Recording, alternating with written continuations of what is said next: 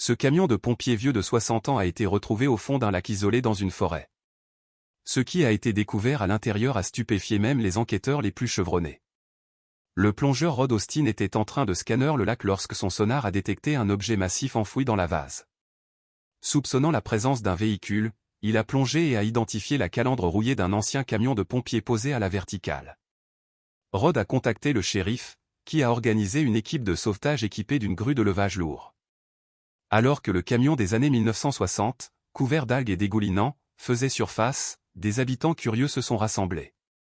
Le détective Arrow a inspecté le véhicule, remarquant que les vitres étaient étrangement noircies et que les portes étaient bloquées. Il a ordonné à un membre de l'équipe d'utiliser un écarteur hydraulique pour forcer l'ouverture de la porte conducteur corrodée.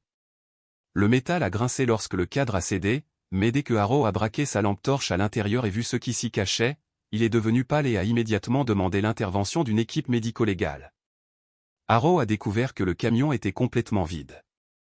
Les sièges, le tableau de bord et le moteur avaient été soigneusement retirés avant qu'ils ne tombent à l'eau.